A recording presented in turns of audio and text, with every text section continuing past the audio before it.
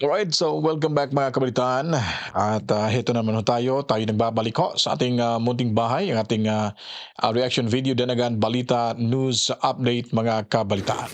Welcome naman ho sa ating mga suging tagapanood, Luzon, Visayas at Mindanao, saan mang lupalop ng ating mundo na may mga Filipino. Mabuhay ho. Welcome! At welcome na rin ho dito sa ating palatuntunan ang reaction video news update kabalitaan. So bago pa po tayo tutungo ho sa ating paksa ngayon, atin munang pasasalamatan ho itong nagbigay pakulay, itong si at Gina Ray dash H 8D. Siya po yung nagbigay ng 23.99 euro to, no? Euro. Basta yun na yun. Mula po ito siya sa ah, Berlin. Okay, Europe mga kabalitaan. Maraming maraming salamat po sa inyong pakulay. At the same time, pasasalamat na din naman ho natin itong isa po, no? Mula rin po ito sa Hong Kong, HK dollar 15.00. Nagbigay ho si Ma'am Vergors Rock or Vergorags Vergorags 6876. Ang liliit kasi mula ho 'yun sa Hong Kong, pang pakapi daw. Wow, salamat po. Ma'am Verger. Alright, paano ang hirap bigkasin ng pangalan, no? Salamat po ha. Okay, so yan po yun sila mga kabaitan ang nagbigay ho ng ating pakulay. Anyway, paksa ho natin ngayon ay itong si Mema, kung saan po ay naglabas naman ho ng fake news. Umano si Sara Duterte ay ambisyosa di umano na gustong tumakbong pangulo nung ito'y niligawan nila ni Amy at Bongbong Marcos mga kabalitaan. Yun po yung nakuha ng chismis. Talaga naman, no? Ha? Binabalita pa. Binigyan pa ng reaksyon dahil daw sa sobrang ambisyosa, itong daw si VP Sara, ay talagang gusto niya daw maging presidente. Ewan ko ba kung saan niya nakuha ito. Kasi nung time sa ating nalalaman ho, itong si Amy Marcos at saka si Bongbong, sila po yung nanliligaw ho kay Inday Sara para tumandem ho sa kanya dahil alam naman nila na tatalunin ho sila sa Visayas. Lalo na ho si Lenny pa yung makakalaban nito, mga kabalitaan. Anyways, pagbibigyan ho natin yan ng panahon na maya-maya ho at as usual, dito ho muna tayo sa ating katawa-tawang intro mga kabalitaan. At sa amin, nakapag-harvest na kami. Kakatanim lang eh. Hindi, buti na lang yung timing, hindi yung bago aanin, nakapag-anin na tayo. So, kung yung season na susunod, okay. There's a, hindi, Ang ganda mo today. Hindi, akong bangaw.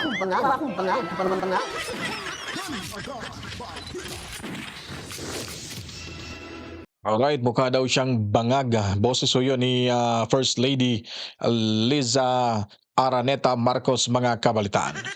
Anyways, yung makikita niyo po ito po yung mga senatorial slate ho. Kasama na po yung mga independyente sa PDP laban mga kabalitaan. At kikilalanin ho natin na andyan ho itong Duterte party list, nandyan din yung Bisaya Gid party list at yung Ipanaw party list, no? May mga numero ho sila dyan. So pakatandaan niyo po yung kanilang mga numbers. Nandyan si Pastor Apollo Kibuloy, number 52. At number 38, si Rodante Marcoleta. Tandaan nyo rin po itong si Vic Rodriguez, attorney, 55. At 22, si Ronald Bato de la Rosa. Pati na rin itong si Senator Bongo, number 28 sa balota mga kabalitaan. At yung si Chavit Singson, number 58, no? Ayusin nyo lang sa panunod kasi maliit yung sulat sa akin dito. 48 itong si Doc Willie Ong. At number 10 naman si Jimmy Bondoc. At sino pang susunod? 57 si Philip Salvador mga kabalitaan. Yun po yung mga balota nila na numero. 51 itong si Ariel Kirubin. At itong si Richard Mata, number 42. At itong si sino to? Number 34, Lambino, no? At si Attorney JV Hinlo, number 30. At sino pa ba? Ayun po, Duterte Party List. Nandyan din yung Bisaya Gid Party List, kang Grico Bilheca, at itong Ipanaw Party List, mga kabalitaan. So pakatandaan nyo po yung kanilang mga numero sa inyong balota, mga kabalitaan. Anyway, hindi na ho tayo magtatagal. Papakinggan na ho natin itong si Mema kasi nagpapakalat na naman ho ng fake news, mga kabalitaan. Ito, panoorin natin kasi parang binanatan niya dito si Attorney Trixie. Ano bang papilyedo ni Attorney Trixie? Angeles ba? O Trixie Cruz, no? So, diyan hayaan ho natin siya sa pangatake niya. At dito tayo kay Sara kasi ininsert niya dito si ininsert. Ininsert niya dito no? Si VP Sara Duterte. At yun lang po ay ating itutuwid ho, yung sinasabi niya dito, mga kabalitaan. So hello guys, what's up? It's me again, Alicia. By the way, salamat sa patsaa at saka kape. Ito, nagtsatsaa na naman ho tayo. Nyo at nagbabalik ulit para sa ating panibagong video. So kung matatandaan nga ninyo, mga minamahal, na naibalita na hindi invited daw itong si PBBM doon nga po sa inauguration ni Donald Trump. So ngayon, alam naman natin yung totoong reason kung bakit hindi invited itong si PBBM dahil since 1980s, since 1880s pa po, hindi na nag-invite ang Amerika, ang United States, na mga head of state ng bawat bansa. Okay, so hindi na daw inimbita. No, pero parang sa panahon ni Tatay Digong Duterte, parang kahit hindi sa ibang okasyon, no, nandun si Tatay, kasama pa nga niya si Donald Trump. Ewan ko, hindi ko lang na-search kung ano yung invitation na yon. Pero ayun nga, no, na nagkita-kita sila ni Donald Trump. Itong si Bongbong Marcos, talagang blacklisted siguro, or ayaw lang talaga makihalubilo ni Donald Trump kay Marcos dahil siguro nalalaman niya na siguro kung anong pang-ugaling meron itong si Makoy Jr., mga kabalitaan. Kaya ito, papakinggan pa natin to kasi baka may makukuha pa tayong mga impormasyon dito na kailangan ho nating ituwid. So alam naman po natin yan. At hindi de porket sa hindi in-invite itong si PBBM, magkaaway na itong si Donald Trump at itong si President Bongbong Marcos. Remember, nung nanalo si Donald Trump, diba? Nung nanalo si Donald doon sa Amerika, tumawag si PBBM at nagbigay ng pagbati. At ano yung response? 'Di ba? Ni Donald Trump. Nagkausap naman daw sila ng maayos. So nagkausap sila ng maayos, madami silang pinag-usapan at naging maganda yung kanilang conversation. Siyempre, natural, makikipag-usap ng maayos si Trump dahil siyempre presidente ng Pilipinas, bumati sa kanya. Kailangan naman babastusin ni Trump. Hindi naman kagaya ni PBBM, kahit yung ina ni Attorney Vic Rodriguez pumanaw ay hindi nga nagbigay ng condolences. So kaya pala ganito na lang kadali babastusin yung ating BP Sara Duterte. Kaya niya ngang gawin ito kay Vic Rodriguez sa panahon ng kadiliman ay kasama niya ito. Ngayon nung sumikat na yung araw para sa kanila ay biglang binitawan at biglang tinraidor. At hindi na ho nakinig. Parang mahilig talaga to sa mangga. May lahing mangga pala itong si Makoy Jr. Manggagamit, mga kabalitaan. Yun po yung isa sa mga dahilan kaya ho tumiwalag at iniwanan ni Attorney Vic Rodriguez si Makoy Jr., mga kabalitaan. Now, ngayon, mga minamahal, mayroon pong pinapakalat na chismis yung mga kupal ng mga DDS. Kaya Oy, kupal daw yung mga DDS. Ikaw, ano kang klaseng ano kang klaseng vlogger? May natapos ka ba? Nakapaglaba ka na ba? Tingnan mo pagmumukha nitong hinampak ito, mga kabaitaan, no? Oo. Kung sa mga hiligay nun pa, yun iput. Tuloy tayo. kaya daw po hindi invited si PBBM doon nga po sa naturang Tandaan niyo po si Attorney Trixie Angeles Cruz yung binanatan niya ho dito at sinabihan pang kupal. At marami yung mga sinasabi ho dito kasi napanood ko na yung portion. Hindi ko naman naubos lahat pinanood at sabi ko, ididiretso ko lang to sa pagbablog para hindi masayang yung oras ho natin. Event kung saan inauguration ni Donald Trump, abay pinalabas nila kaya hindi invited si PBBM dahil ang invited daw po ang pamilya ng mga Duterte. So sa madaling sabi, hindi invited ang presidente pero invited ang vice president. Oh my goodness, grabe naman tong sukdulan ng pagiging ilusyonada. 'Di ba? Grabe yung muni-muni ninyo. Talaga nga namang nakakahanga yung imagination ng mga DDS. So ang inimbitahan daw po, Tandaan niyo po mga kabalitaan ha, every time nalilingon ho siya sa gilid, yun nagbabasa ho yan ng script. So hindi ho sa kanya galing yung opinion na ito. Pero kung sino yung nagsulat na yun ay kasing ugali ho dito mga kabalitaan. Mantakin nyo, ilusyonada. Wow, ilusyonada. Ilusyonada si VP Sara. Ang galing. Meron siyang magandang, hindi naman maganda, pero parang may point ho tayong re-reaction na ito. Yung sinabi niya kay Inday Sara Duterte at ating iko-koreko. Hintay-hintay lang ho tayo. ng United States para daw po pumunta doon sa inauguration ni Donald Trump ay itong si Vice President Sara Duterte at yung pamilya ng mga Duterte. Na 'di ba, mga minamahal, magtataka kayo, ambassador lang po yung pinapapunta doon. Hindi naman po presidente or vice presidente, ambassador lang. So bakit invited itong si Sara Duterte? Gumawa sila ng fake news na yon, mga minamahal. Sabi ko ay wag natin tong patulan kasi hindi naman to hindi naman yan align sa atin. Ngunit ang ginawa po ng ABS-CBN, finact check nila. Kasi tama nga naman na i-fact check yung mga ganyang klaseng bagay dahil in the first place nagkakalat sila ng ng fake news. 'Di ba? Fake news 'yan at hindi dapat makatwiran na paniwalaan ng mga Nagkakalat daw ng fake news ang DDS, si Attorney Trixie Angeles Cruz. So, mamaya titignan natin kung siya din ba ay malinis na nagkakalat ng mga impormasyon o baka fake news din. Pakinggan nyo dun mamaya mga kabalitaan. Siyempre, ang unang maniniwala dyan, yung mga kupal din mismo ng mga DDS.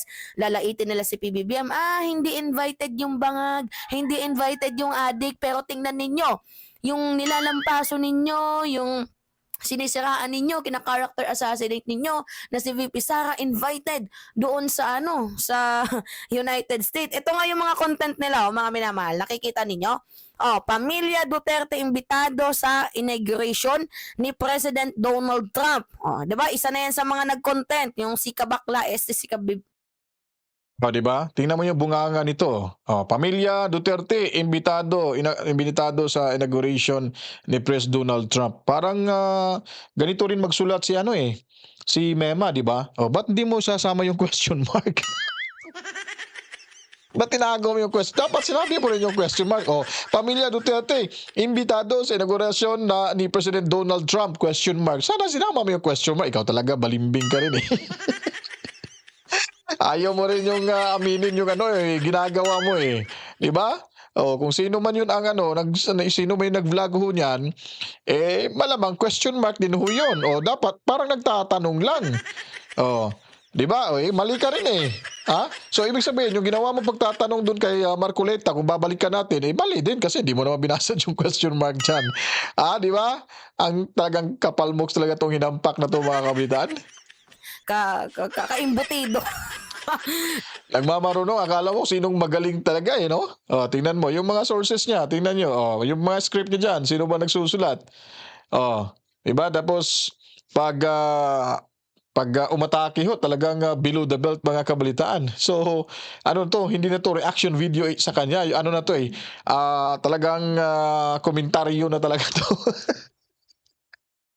Hindi alam yung reaction video at hindi nila alam yung yung commentary program mga kabalitaan. Tuloy ho tayo. Parang na-enjoy ako dito sa hinampak na to eh. Yeah. So ngayon, may balita ang ABS-CBN News at kinumpirma nila, mga minamahal. Ito yung balita pa nga Ayan, pakita ko sa inyo. Ilagay na lang natin dyan para mabasa ninyong lahat.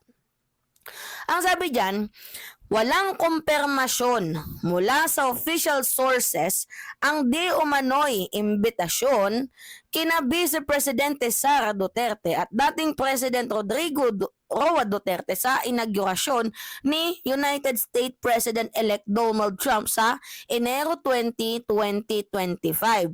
So nakalagay dyan mga minamahal, walang kumpirmasyon mula sa official sources na inimbitahan si Vice President Sara Duterte at dating Pangulong Rodrigo Roa Duterte sa inaugurasyon sa United States elect sa 20. Pinagbasehan ng ilang post ang sinasabi ng dating press secretary na si Trixie Cruz Angeles na kinumpirma ng kanyang sources,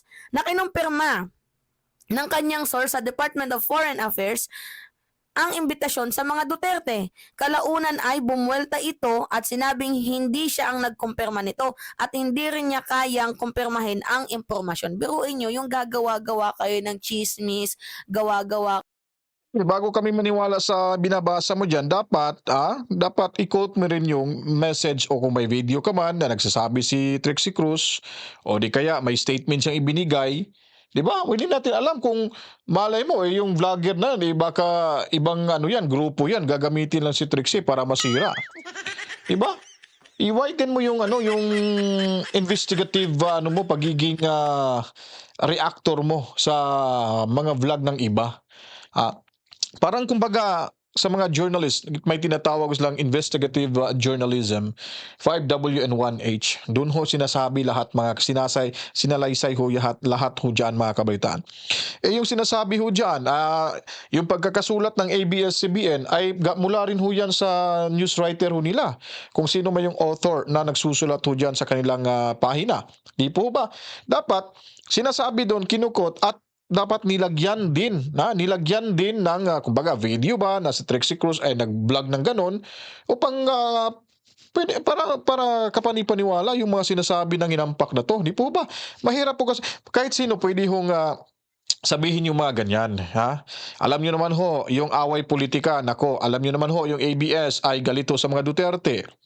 At malay niyo po ba na pinapa-fact check na nila. Pero malay nyo kung sino ba yung nagvo-vlog na yon, di ba? Baga sabihin na ito, kakampi ni Duterte, ganito ganon, tapos gagamitin si Trixie Cruz na nagsasabing ganon. Ipakita mo dyan. Ulitin ho natin yung pagbabasa niya. Kasi utal-utal magbasa to kahit Tagalog, utal-utal papakinggan ho natin to. Angeles na kinumpirma ng kanyang sources, sa Department of Foreign Affairs ang imbitasyon sa mga Duterte. Kalaunan ay bumuwelta ito at sinabing hindi siya ang nagkumpirma nito at hindi rin niya kayang kumpirmahin ang impormasyon. Biruin nyo, yung gagawa-gawa kayo ng Mali yung binasa mo. Kulang ho yun. Kulang po yung statement na yan. Hindi ho sila nag-quote na ito yung statement na sinasabi. Parang sinabi lang, parang nagsalita lang ho yung reporter. Nagsulat na ayon pa di umano kay ganito, dapat i-quote niya, and I quote, and quote. Ganun sana. Pag journalism ka kasi, ganun ho talaga yun mga kabalitaan. Ito, wala naman to pakialam at wala naman to, mangmang naman to sa BS Communication, mga kabalitaan, or journalism. To be honest, to tell you frankly, mga kabalitaan, ano po tayo? BS Communication, Major in Broadcast Journalism. To be honest po. At yung pagkakasulat ho niya dyan ay tama ho, sinabi ni report. Pero wala naman pong basis Ayon pa sa ganito, ayon kay Trixie Cruz, itong sinasabi, wala naman siyang dapat may message. Quote-unquote yan. Isasama ho yan sa article na ho yan. Sabi ni Trixie Cruz, quote, diba? Para malalaman na siya, yun talaga yung kabuang statement na sinasabi na binlagho ni Trixie Cruz. O di kaya kahit may video man lang. No? Or may photo man siya dyan nakalagay sa baba, tapos may caption sa upos na ito yung sinasabi ni Trixie Cruz. Ganun po yun mga kabalitaan. Yung sinasabi, yung nagsusulat ho niyan, ewan ko lang kung anong basihan niya at para saan po yung information na yan, o para, hindi natin alam, baka paninira lang po yan sa mga DDS vloggers o gumamit na ibang tao para kunwari DDS, tapos i-quote si Trixie Cruz, kahit sino pwedeng makakagawa. Pero sa basis na yan, kung ikaw mismo nagsabi, i-base mo lang yung mga nababasa mo dyan at nagbibigay ka niyong opinion, reaction dito, parehas kayo, mga mangmang sa impormasyon na yan. Di po ba? Dapat, may quote talaga. Hindi yung binabasa mo lang yan. Eh, sino bang maniniwala? Ako, do you think maniwala ako sa statement na yan? Ah? Do you think maniwala ako sa statement na yan? Imposible ho kasi dati sa totoo lang din mga kabalitaan, dati may column din ako dati sa ano, hindi ko lang sasabihin kung anong ano ha, basta kung gusto niyo ebidensya, may mga dokumento ako dito na may mga pangalan ko, ako yung nagsulat ng article na yan, yun po. Pero sa kanya pong sinasabi, pinagbe-base niya po diyan sa ABS. Hindi ka panipaniwala kasi parang nagnanarrate lang yung ano, yung writer diyan, no? Based na sa kanyang opinion, based sa kanyang nag-gather na information, pero walang supporting documents, wala hong picture o walang statement mula ho mismo kay Trixie Cruz, quote-unquote mga kabalitaan, gano'n yung kasimple.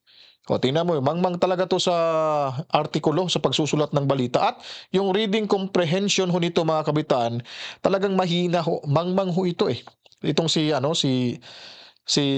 Mema sabi lang talaga mga kabalitaan. Makikita mo naman sa kanyang personality kung ano ho siyang klaseng pagkababae. Sabi pa ni Boy Sardinas, nagnakaw ng to ng manok Bisaya. Ewan ko lang kung anong katotohanan ho doon. Yun lang siya sabi. Pag nanakaw ng manok ng Bisaya. Hindi ako nagsabi no, sinabi ko lang kasi nag-comment yan si Boy Sardinas di ba? Sabi niya, pre, may ano yan, nagnakaw yan ng manok Bisaya. Kung gabi na, may ebidensya ba kayo? Mahirap naman ho yun, pagbintangan yung taong magnanakaw. Sa bagay, yung kinakampiyan niya, puro mga magnanakaw. Tuloy tayo dito. Ng chismis, gawa-gawa kayo ng ng mga balitang hindi naman totoo, naturingan ka pa man ding abogado at dating secretary. Di ba? Naturingan ka pa naman na abogado, dating sekretary. Pag mga pagsalita tong babae ito, akala mo kakalibil niya yung pinagsasabihan niya eh. Talaga hindi pa dala ko no. Hindi, pero siguro pag may nagsampa nito ng libel case, isang beses lang siguro ipanti to. Talagang maiihi sa panty to mga kabaitaan. Laglag pustiso pa dito. Pina-fact check nga. Tama nga naman, pina-fact check nga nila. Tama ho yung sinasabi dito. Ang problema lang, wala hong statement si Walang statement. Picture, ano ba picture nakalagay ho dyan? Ano ba picture lang? Dapat picture tapos may caption. Na ito yung sinabi ni Trixie Cruz. Ang sinabi lang naman, di kaya si Trixie Cruz mo na quote-unquote ang nagsasabi. Ganon. Sinasabi niya lang dito, yung binasa niya lang yung sinulat ng isang reporter na hindi naman kinot yung si tao nito, sinabi lang na sabi ni wala naman sila mababasang statement mula kay kay Trixie. Pwede ko na nga sabihin na kaya ako, gagawa ko ng istorya. Sabi pa ni Mema, siya ay ganito ganon. Tapos pwede ring i-deny yan ni Trixie Cruz kasi nga wala ngang statement mula nga sa kanya, walang official statement. O kung may video pa siguro maniwala ako, pero pag ganon yung magbabasihan niya, ako mangmang talaga tong babaeng to. 'Di ba? Presidential secretary ng bansa Pilipinas na ngayon bumaliktad na sa administrasyon. Ngayon magpapakalat ka ng fake news. Tingnan nyo ba naman yung pinakalat na fake news mga minamahal na invited daw po itong si Sara Duterte pati yung kanyang ama doon sa inaugurasyon ni Donald Trump dahil ayon sa kanyang sources doon sa Department of Foreign Affairs, sinabi niya na mayroon daw sa kanya nag-sprekitik. Ngayon, sinundutan nito ng mga vloggers. Sino-sino yung mga vloggers na nandyan? Di ba? Napakamali, talaga to. Parang wala talaga sa ayos tong mag-vlog tong babaeng to. Dapat kasi pag nagbibigay ka ng informasyon, huwag ka lang mag-base sa isang source mo. Dapat ipaghambing mo silang dalawa. Sana kung magaling kang vlogger, dapat hinanap mo yung ni Trixie Cruz para ka panipaniwa. Ikaw yung nagpapakalat ng fake news. Wala kang nakikitang statement ni Trixie dyan. At yung pinaniniwalaan mo lang, yung fact check ng ABS-CBN. Malay mo ba, baka mali din yung source yung nakuha niya. Malay mo yung nagva-vlog na yan. Bakit? Nakita mo ba yung nagva-vlog na yon? O ano yung mga sinasabi? Di po ba? Dapat, kumbaga, sa simula pa lang, doon mo na hahanapin yung information at idudugtong mo hanggang sa dumating yung fact check. Hindi lang yung sabi-sabi, isa lang yung binagbabasihan mo, tapos sinabi mo na, nagkomentaryo ka na ganito ganon, tapos below the belt ka pang magparatang sa taong hindi mo naman kalibel. Napakalayo nga. Malay mo, baka high school graduate ka lang. Tapos yung binanatan mo ay isang kilalang abogada, dating secretary, ha? At isang broadcaster ho. So, paano pag nagkamali ka dito? Ano bang gagawin mo? Ha? Sorry na lang, sorry. Talagang ob talaga 'tong hinampak na 'to, mga kabataan. Ituloy ho natin 'to kasi excited akong excited akong marinig yung sinabi niya kay Inday Sara Duterte at susulpakin natin 'to. Talagang masusuplak ko natin 'to, mga kabalitaan. Sinundutan ito ng si Kabibig daw. Makikita nyo naman yung kanyang mukha Oh, dyan. 'di ba? Diba? Si Kabibig daw. Dapat pinanood mo muna yun si Kabibig bago ka magbigay ng iyong opinion. Kasi ikaw, opinionated ka, puro lang opinion mo na hindi naman wala naman sa ayos. At hindi naman kapani-paniwa, walang kalaman-laman yung opinion mo. O kung narinig, o sinabi dyan ng ABS, hanapin mo si Kabibig. Kabibig ba yun sa tawag niya? Confirm mo. Dapat may confirmation yan. Pag si Kabibig ay nagsasabing ganun na wala ipapakitang information, sinasabi lang, hanapin mo si Trixie Cruz. Tingnan mo kung may vlog ba talaga si Trixie Cruz para kapani-paniwala. Ganun lang ho yan kasimple. Mema, may idea ka na paano ka gumather ng mga information, ha? Wag ka lang mag-base dyan sa kasi pag ganyan yung estilo mong pagbablog, ay nako, mahirap na. Hindi ka talaga matututo niyan. Hanggang vlog ka na lang. Siguro hindi pa yata to nakaupo ng broadcast studio, no? Yung TV station, hindi pa siguro siya nakaupo. At saka yung broadcast studio talaga man ng mga FM station. Kaya hanggang bahay lang itong mga kabalitaan. Ha? Tinuturuan na kita, ha? Kapag may makikita kang talagang swak sa panlasa mo yung paburho sa inyo, mag-search ka. Ngayon, sinearch ko yung sinasabi mo na ito. Mamaya, itutuloy lang muna natin to, mga kabalitaan. Mga showbiz balita, di ba, mga ganyan. Pinick up yung post ni Attorney Trixie. Ngayon, na pinick up yung kanyang post at siya yung naging source kung bakit nila na-contento. Bigla-bigla niya namang magbabago yung kanyang statement. Na kaya siya sabi niya, binueltahan niya na hindi siya yung nagkumpirma. So, napaghalataan, no? Sabi ko sa Sige nga, saan ba yung buwelta niya, be? Pakita mo nga. Dapat kumpleto kasi puro hausyaw yung mga sinasabi mo, hocus-pocus ka lang, nagbe-base ka lang sa isang source mo na hindi mo maalam kung yung source na yan ay totoo ba ho talaga yan. Kino-conclude mo na, mahilig ka talaga sa therefore I conclude eh. If the money is right, well, tuloy. inyo, mga minamahal, ito yung ibig sabihin ng nasobrahan sila sa pag-idolize sa kanilang patron. Na kahit hindi naman VIP, mga filingerang prag, gusto nila pagmukain na VIP, itong si Sara Duterte. Di ba? Mga piling ng prag kuno prag. Tingnan mo nga yung mukha mo. Ikaw, ang hilig mo talaga manglait no sa kapwa, no? Tingnan mo kayo, ikaw, ganun, nagagandahan ka na ba sa sarili mo? Baka ang dami mong galis sa paa. Baka pag nakita namin, ang dami mong galis sa paa. Ewan ko na. Mukha mo pa ka lang, dami ng galis, Tapos, magsasabihan mo yung mga kilalang tao na mga prag daw. Ewan ko kung prag ba yun o frag ba yung sinabi niya. Basta kapag narinig ko, prag. Tingnan mo nga yung bibig mo. Kung wala ka lang braces, siguro napakapangit ng bibig mo. Tapos lalaitin mo yung mga kilalang tao. Hindi mo lalaitin yung sarili mo? Manalamin kaya muna, no? Para makita mo kung karapat-dapat ka bang manglait sa kapwa. Pati nga ayinsin, talagang binabastos mo eh. Wala talaga alam nyo, itong si Mema, makikita mo sa pagkatao nito. Unang-una kulang ito sa edukasyon.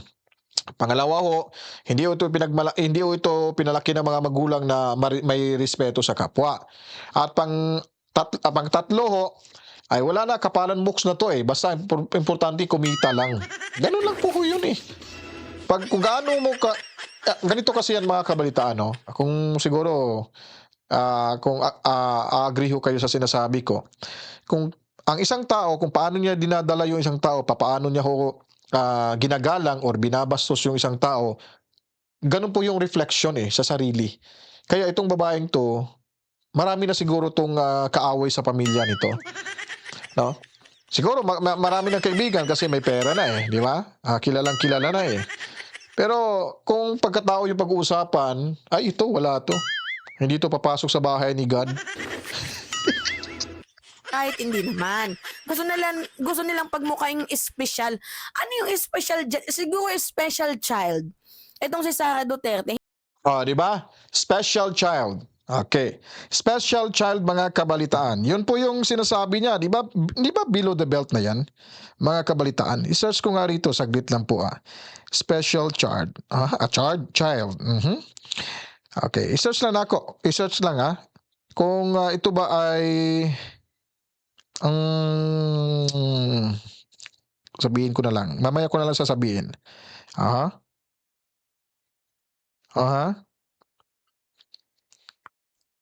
Okay, sandali lang mga kabalitaan.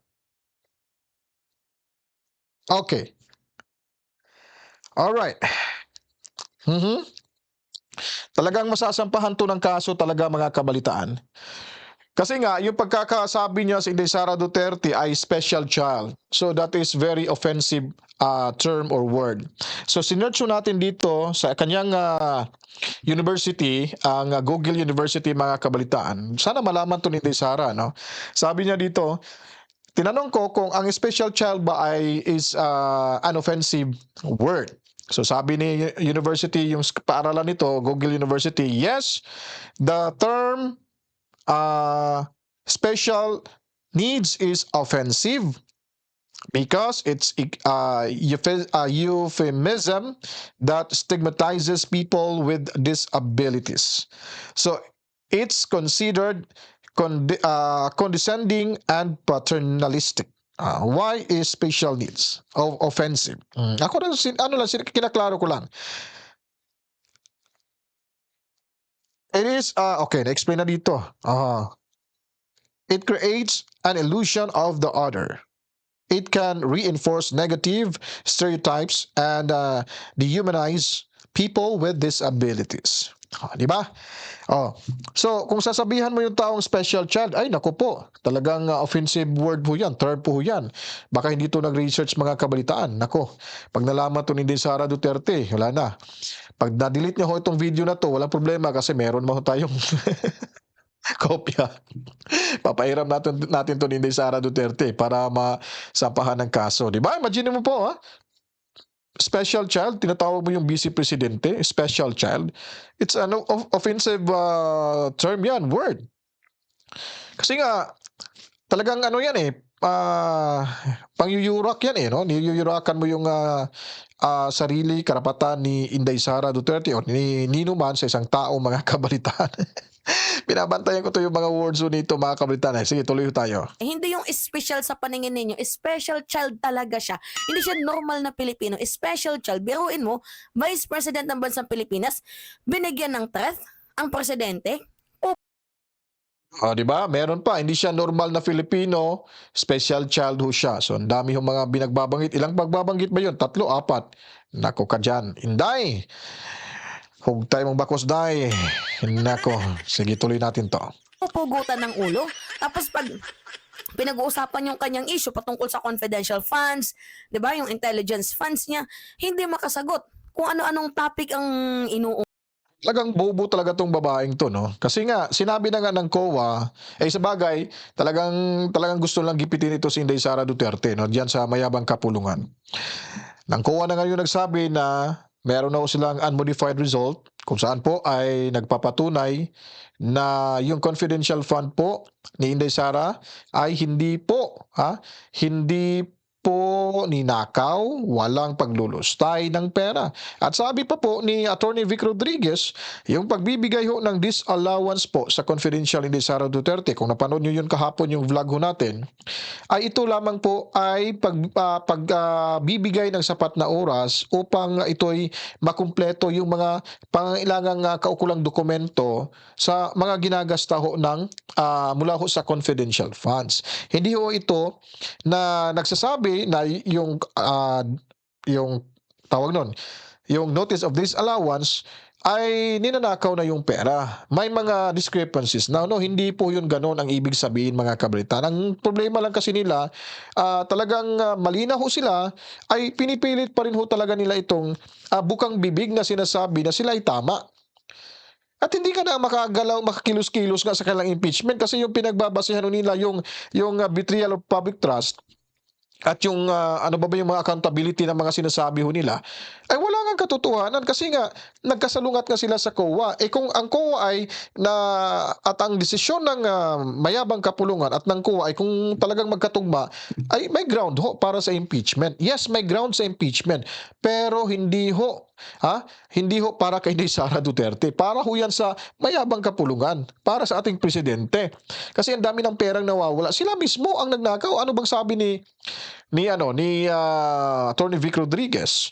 Pati nga budget ng 5,500 flood control projects or yung funds nila ay ninanakaw nga ng mula dyan sa mga tao sa mayabang kapulungan. Si Attorney Vic na nga nagsabi nun. Mas klaro po yun na may nakawan na nangyari mula ho sa kaba ng ating gobyerno.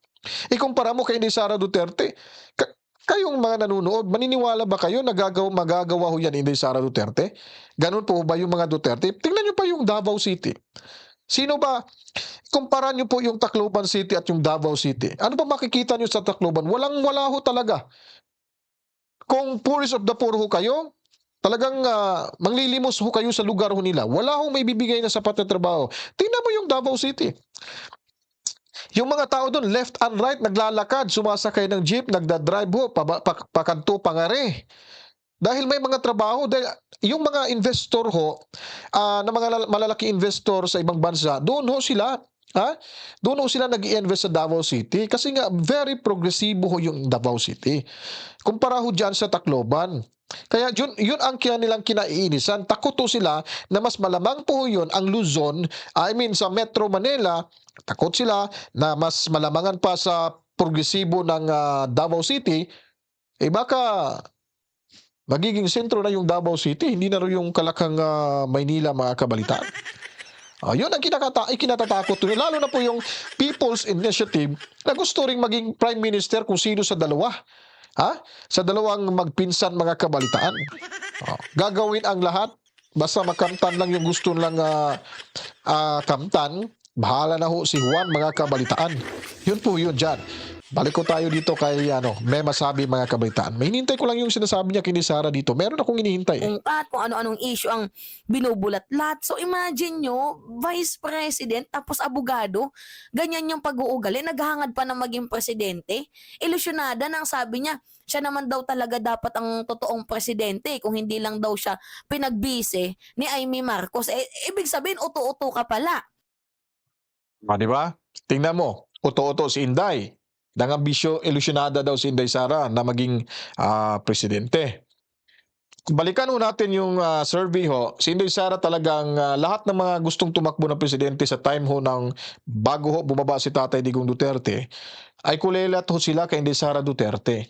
Walang ambisyon si Inday Sara Duterte na tatakbo ho bilang Pangulo ng ating bansa. Gusto nga ni Tatay Digong Duterte na siya yung magiging susunod na presidente sa bansa talagang nagkaroon na sila ng hindi pagkakaunawaan, yun natuloy. Di ba? Sabi niya ho dito, mga kabalitaan ulitin ho natin to, pakinggan natin to.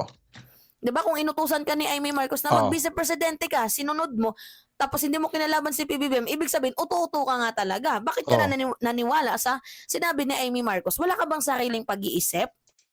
Ako sasagot nun. Alam niyo po ba kung bakit, sabihin na lang natin, sinabihan siya ni Sara Duterte, ni Amy Marcos na magiging vice-presidente ni Bongbong. Alam niyo, kung swapang pa si Inday sa posisyon, ay talagang tatakbo ho yun. Hindi yun kakagat sa pambubudol ho ng magkapatid na Marcos. Yun po, diyan ho natin makikita kung si Inday Sara ay wala talagang hangad na maging presidente. Yung si Tatay Digong gusto niya maging presidente si Inday Sara. Di ba? Ano bang sabi ni Amy Marcos? Kinausap niya si Inday Sara Duterte. Kinausap niya kung saan ho na gustong maging vice-presidente kay Bongbong Marcos, si Inday Sara, para ho makuha yung boto diyan sa buong Kabisayan at Mindanao. Yun mag-research ka rin kuno. Huwag lang yung doon ka lang mag-stick sa isang punto at hindi mo nilalaman kung anong rasyonale. Kaya nga, ewan ko, maintindihan ba itong rasyonale? Ano bang ibig sabihin ng rasyonale ni Mema? Ito ho kasi yan, mga kabalitaan. takot ho silang babanggain si Leni Robredo. Kasi si Leni Robredo ay nilampaso na ho itong si Macoy Jr. sa Vice Presidente noong nagdaang eleksyon sa panahon ni Tatay Digong. Hindi ho ito nanalo sa kaso. Ha? Nagpetisyon pa nga eh. Kasi ikaw magpipetisyon ka, siya yung ambisyoso, yung amo mo yung ambisyoso. Hindi matanggap-tanggap yung pagkatalo niya kay Leni Robredo. Tapos, ito yung sinabi ni Aimee. Siyempre, hindi daw Hindi daw tawag nito, hindi daw mananalo pag si Leni Robredo ho. Ha? Si Leni Robredo ang manalo, ang katunggali ho niya ay hindi ho mananalo si Bongbong pag hindi ho kasama si Inday Sara Duterte. Kasi ang sabi nga ni Inday Sara Duterte, nga na sige, pagbibigyan natin, pero kausapin niyo muna si sino ba 'yon? Tawag nito, kung gusto niyo pala makuha itong ang Visayas at Mindanao, ang gagawin niyo po mga kabalitan, sabi niya kay kay Aimee, kausapin niyo muna itong kausapin niya muna itong si Bato de la Rosa. Kasi nga si Bato de la Rosa ay siyempre Bisaya rin din yun gusto ring tumakbo mga kabalitaan. Sabi niya, sige, kausapin niyo si Bato de la Rosa, baka papayag yun. Di po ba? Parang, Do not parang, find new parang gano'n na rin ho mga kabalitaan. Baka papayag yun.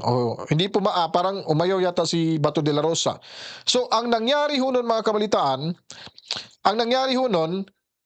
kinausap ni Sara Duterte itong si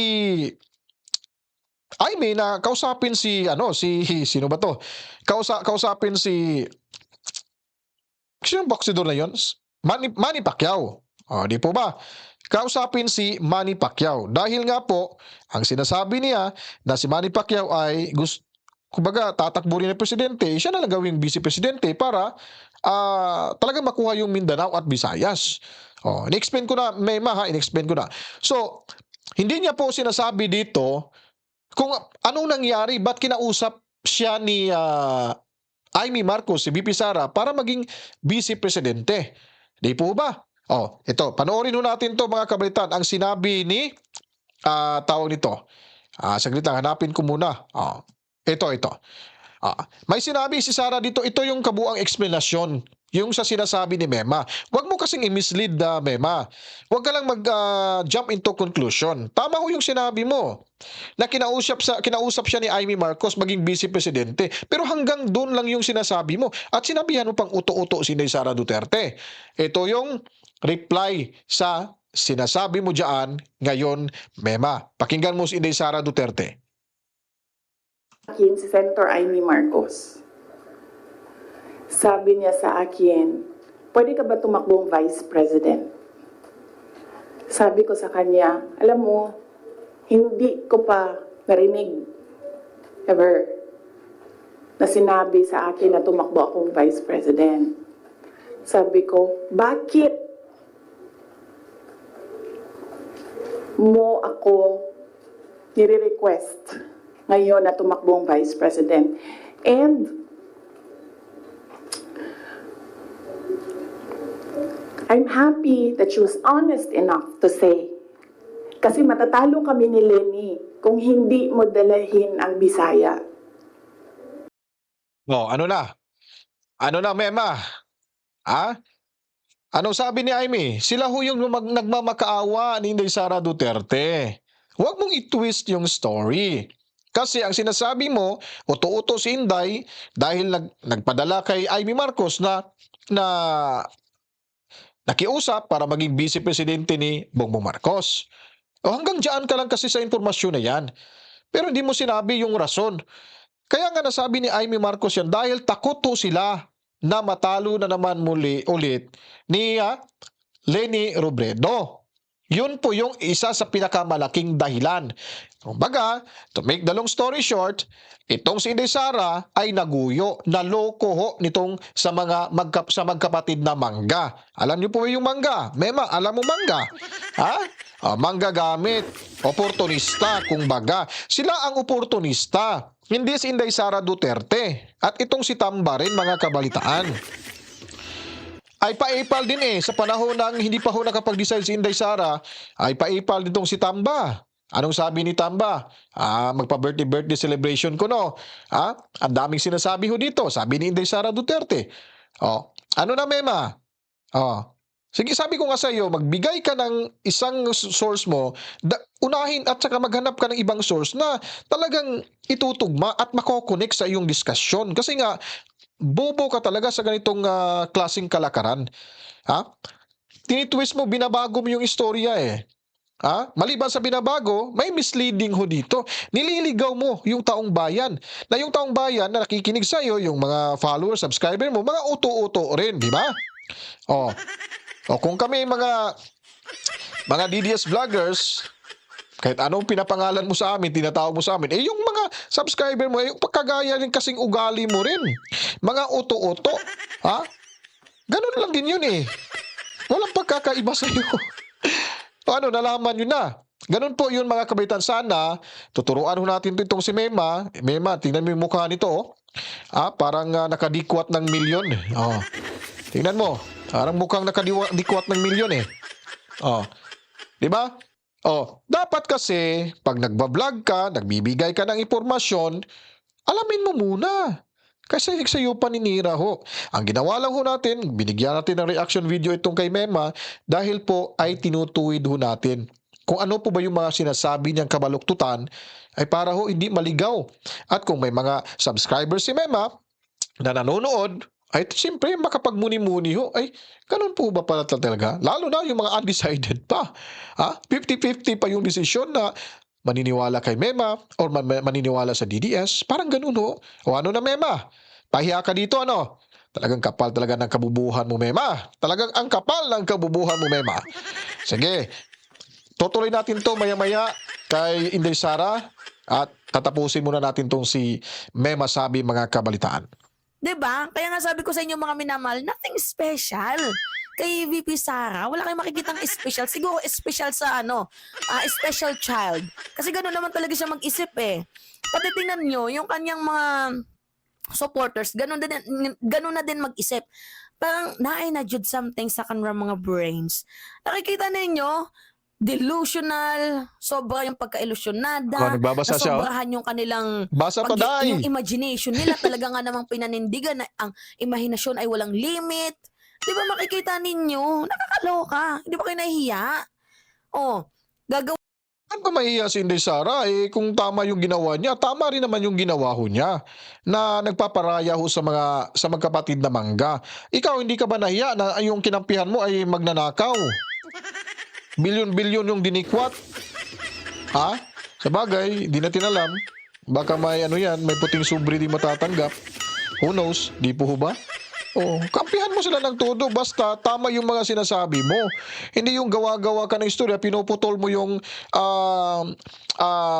yung impormasyon, no? Pinuputol mo yung impormasyon na papabor sa inyo, yung karugtong na impormasyon hindi mo ipapakita. For the sake of transparency. If you are a real at walang kinakampihan bilang vlogger, and ang atin din naman dito ay we're only just bringing the right information. No more, no less. Di po ba? Kung may issue yung si Inday Sara, stick to the issue lang. Wala nang personalan, wala nang panglalait. Di po ba? Sabihan mo naman yung taong special child. May bugada bang special child? How dare you to say that? Nako, Inday, Mema, malapit ka na. Tuloy ho natin to dito mga kabataan. gawa kayo ng fake news, tapos ngayon na nabisto na ikaw yung source, bigla-bigla mong babaguhin yung mga statement na sinimulan mo. Kaya nga, ipakita mo nga yung source mo na nagpapatunay na nasabi talaga ni Trixie Cruz. Paano hindi mo may papakita? Igawa-gawa ng iba yan tapos sasakyan mo. Para lang din yung kay Marcolita, ibinago mo yung thumbnail mo. Ha? Nawala yung thumbnail kay Marcolita tapos binago niya pala para hindi mahanap. O, tingnan mo, di ba guilty? O, di ba napahiya siya doon sa kanyang content? Mas lalong mapapahiyaw siya dito mga kabalitaan kasi ito lang yung binabasihan niya. At yung sinabi niya kay Inday Sara na kinausap, uto-uto dahil kinausap siya ni Amy Marcos na maging vice presidente ni McCoy Jr. tapos umuo, ay uto-uto na daw. Hindi pa niya nga sinabi kung ba't nagkakaganon yung sitwasyon, ba't kinausap ni Amy, ano bang rason? May rason na, dahil takot silang matalo ulit kay Lenny. Dahil nilang paso sila sa time nung tumakbo pa ito ng vice presidente. Sino ba ang talagang may hangarin na maging presidente? Sino bang ambisyoso? Ilusyonado? Di po ba si Bongbong Marcos? Ba't ipapahid mo kay Bongbong Marcos yung ni Inday Sara yung pagiging ilusyonado ni Bongbong Marcos?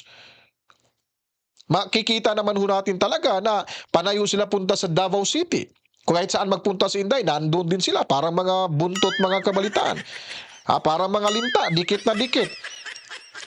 Mangga talaga yung magkapatid na yon. Ngayon, nanalo na, ano ginawa ho nila? Tinraidor na nga lang si Vic Rodriguez. Ba't hindi niya kayang gawin traidorin din si Inday Sara Duterte na hindi naman talaga sila kano-ano? Ganun ho yung logic dyan. Kaya yung reading comprehension mo, ay Day, research ka ha. Ayusin mo yung pagbabasa para maintindihan mo kasi kulang ho sa impormasyon yan lahat. Putol-putol ka sa pagbibigay ng paglalahad ng impormasyon. Pag naandyan lang si Mami Rose, talagang magagalit sa'yo yan. Baka masampal ka pa ng kanyang bakyan at tsinelas. Alam mo ba yung bakyan at tsinelas? Ang kakapal nun, ang sakit nun. Parang martilyo din yun. Mami Rose, salamat sa panonood. Mabuhay ho kayo dyan sa Cebu. Ingat ho kayo dyan, Mami Rose.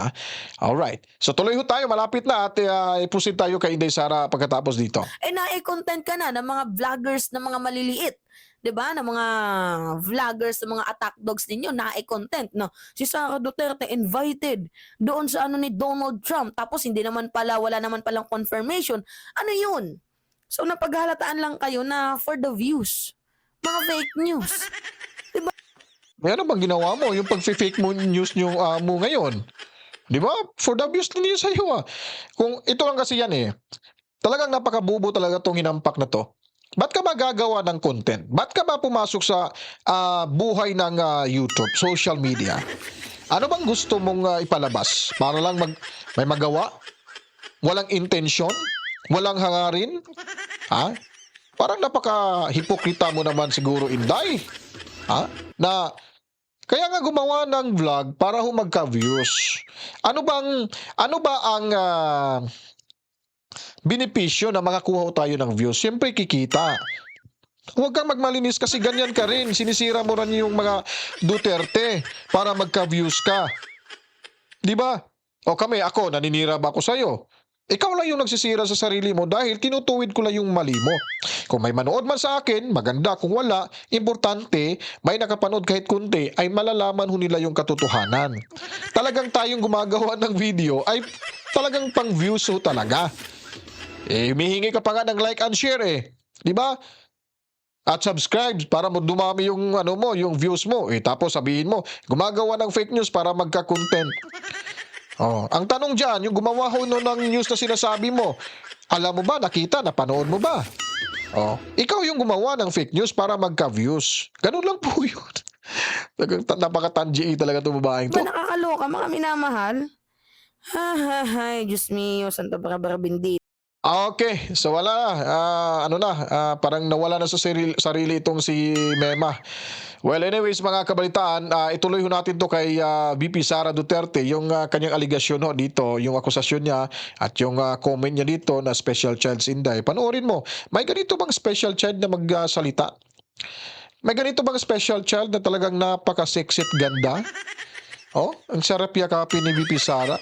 Siguro pag nahawakan ko yung kamay ni VP Sara, siguro ilang linggo akong hindi makakatulog. Parang mag-ilusyonado na rin akong nito, no? Pero hindi sa posisyon, ha? Kung kailan ko makakasama araw-araw si Inday. Kung kailan araw-araw, ha? Kung kailan lang. Tapos araw-araw. Baka sabihin naman, tanim ako tapos nag-harvest agad. Ah, Tara, tuloy ho tayo kay ni Sara Duterte. It was very straightforward. Now, it was all about winning, sinabi niya sa akin. So sabi ko sa kanya, Bisaya naman day ang ato ang giistoryahan dinhi. Tawagan ninyo si Bato de la Rosa. Ask him to slide down to VP. Tumatakbo siyang president. And then ang answer niya was, nah. And then I told her, well, ask PRD to run as your vice president. And then she said, well, that's a closed book already kasi tumatakbo si BG. So, ask BG to run as your vice president. Mga Bisaya na tanan. And then she said na, I don't think kakayanin na manalo kami kay Lenny. And then I said, ask Manny Pacquiao to slide down. He's already running for president. And she said, we already did. And Manny Pacquiao told us that God asked me to run for president. So how can you argue with God? Totoo yan. I don't think she will deny that. Very straightforward naman si Senator Amy Marcos eh. Mainit na siya ngayon. Alright, so hanggang dito na lang ho tayo mga kabitaan kasi at least pinapakita lang ho natin yung mga sinasabi ho ni Mema Sabe na mga puro kasinungalingan, puro fake information. So tinutuwid at kinaklaro lang ho natin kasi nga baka sabihin nila na ay si Amy Marcos pala yung nakiusap, kaya pala uto-uto. Pero may rason ho kung ba't kinausap ni Amy Marcos itong si Inday Sara. Dahil nga po, takot silang matalo sa Visayas at Mindanao dahil si Inday Sara ay napakalakas ho sa Visayas at Mindanao. Kaya yun po ang isa sa dahilan yun. Dahilan gina. Yun talaga yung dahilan kung ba't ho nakiusap itong yung magkapatid na Mangga. At alam niyo po, ito yung totoong ilusyonado at ilusyonada. Yung magkapatid na Mangga, hindi ho si Inday Sara Duterte. Alright, kung nagustuhan niyo po itong ating reaction video. So hindi na tayo nag-edit para makapag-upload agad tayo mga kabalitaan. So kung may mga ano tayo dyan na mga sinasabi, kayo lang umintindi ho dyan mga kabalitaan. At huwag kalimutan mag-subscribe. Huwag niyo pong i-skip yung ads natin. Maraming salamat sa inyong panunood lagi. At suporta ho. At sa target natin within this year, before the end of this year, sana ho matulungan niyo akong madagdagan pa yung mga subscribers ho natin. Aabot tayo ng 100. Target ho natin yan, 100 na sa taong ito. Dahil may gagawin ho tayong charity ho, no? Sa mga kababayan ho nating may kailangan tulungan at mga nangangailangan ho mga kabalitaan. So yun po yung target ho natin, yun po yung wish natin sa taong 2025. At sana sabayan niyo ako at sana suportahan nyo at maibigay nyo po yung gusto ho natin para ho ito balik to sa mga kababayan natin na mga mahihirap na matulungan ho natin mga kabalitaan. Alright, ulitin ko po. Luzon, Visayas at Mindanao, mga Pilipino saan mang lupalop ng ating mundo at sa mga nagbibigay ho ng pakulay ho natin, maraming salamat sa tiwala at suporta. Kaya ako po ay magpapaalam na, matsalam ho sa inyong lahat. To God be the glory. Mama, chip chip. Peace out.